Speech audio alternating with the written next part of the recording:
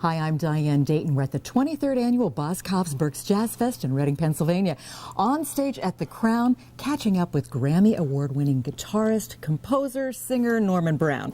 Thanks for taking time today, Norman. Thanks for having me. Well, you came in storming last night onto the stage. Yeah, it was storming. It was a lot of fun. Oh, it was great. Flew through storms to get here, as a matter of fact. Yes. Can't keep you away from Berks. Nope.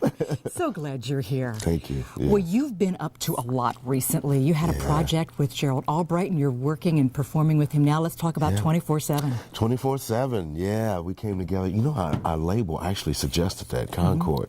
Man, why don't you guys do something together?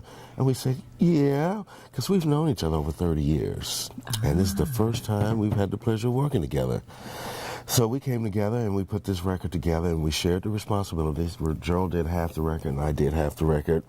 And next thing you know, we were up for a Grammy nomination. That's great. You know, that's a beautiful thing. Yeah, it's a blessing, absolutely. That's wonderful. Yeah. Well, speaking of collaborations, you're back with Rick Braun, too, and Kurt Whalum, yes. BWB. BWB. Last record we made was 2002. So that was 11 years ago. Wow. We were all on Warner Brothers at the time, made this record called Groovin'. And ever since then, the fans have been bugging us individually. When are you guys going to get back together? When will we get another BW? So we did it. Good. And what we did was a Michael Jackson tribute record. We picked 11 of Michael's greatest songs, and that was hard. I bet it was. Yeah, you know, his catalog is incredible. But we narrowed it down, and we got it done. So it comes out June 17th. Oh, fabulous. Yeah. Can't wait to check that one out. Yes, it's exciting. Speaking of that, how is your daughter doing? Because she's a student, right? Well, she used to be. She's done. She's done now? She's done. Wow, already. Where did that time go? Rochelle Brown. She graduated from Berkeley. It was 2010. Okay. Yeah. And what is she up to musically? Writing music now. She's doing a little bit of independent film scoring out there in California and singing locally. She's doing great. She is. That's got to be great to have her in the industry, too, isn't it? It is. Plus, she works at Trader Joe's.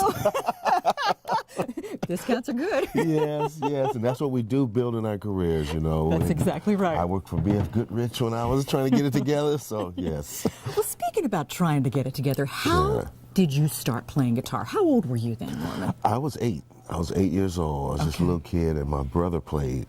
He had a band, and my mother would let them set up in the living room, guitar, bass, and drums. First time I saw it, Diane, I was blown away. I couldn't go outside and play ball anymore. I just wanted to play guitar. So I would sneak and play his guitar whenever he left the house. Did that for about a year, and he busted me one day. I thought I was going to get it, right? Right. He said, no, man, I didn't know you want to play. Play something for me. I was working on my little Jimi Hendrix stuff. He said, man, you play it whenever you want to play it. You don't have to worry about that. And I've been doing it ever since. Wow. Yeah. What do you call your official first gig? My official first gig, you know what? I was playing with some high school guys. We played their high school talent show. I was still in elementary school at the time. But yeah, we played in a high school talent show. I had this huge big brown guitar, man, and I did the Jimi Hendrix and put it behind my head. Everybody went crazy, and I said, whoa, I think I got something here, you know. Yeah, you did. You do. On your resume, we also see broadcaster. Well, yeah, I had the opportunity to work with broadcast architecture, and I had a weekend radio show, and I was on weekends from 2 p.m. to 7 p.m., and hosting a radio show. At first, it was very stiff for me, you know, because I was used to seeing the audience and responding to that. And there was no one there but this microphone in front of me and a script, you know.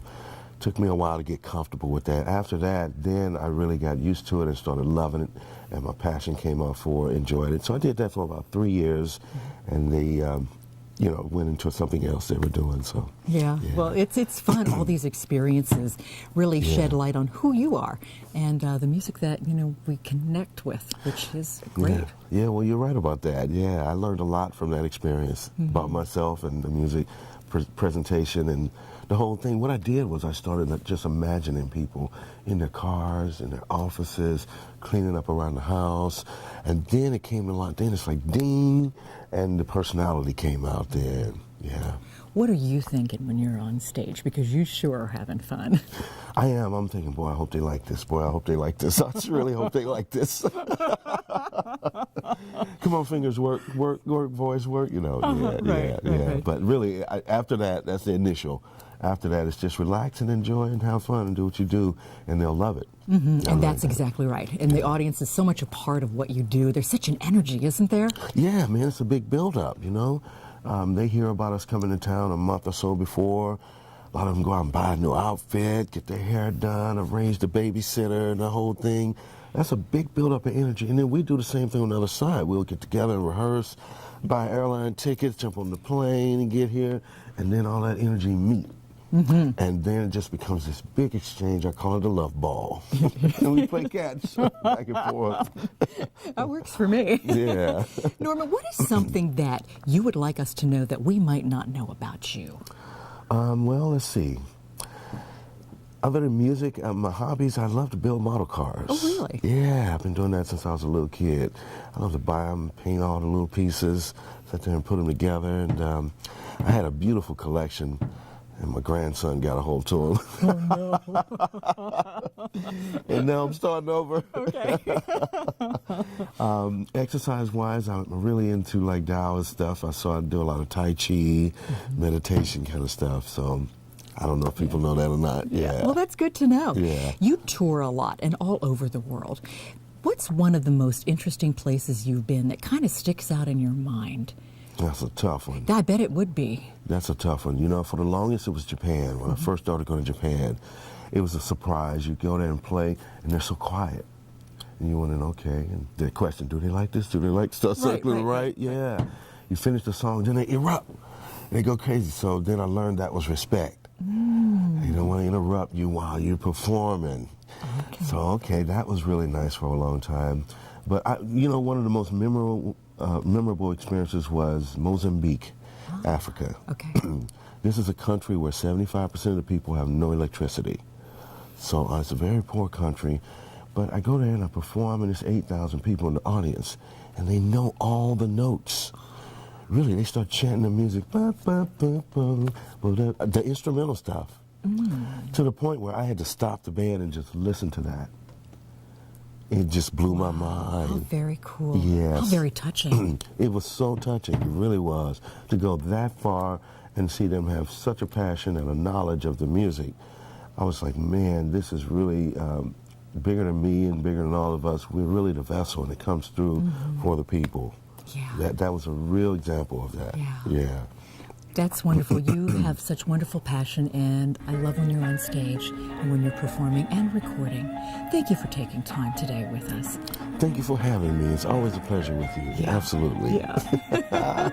We're coming to you from the 23rd Annual Berks Jazz Fest in Reading, Pennsylvania. You should be here.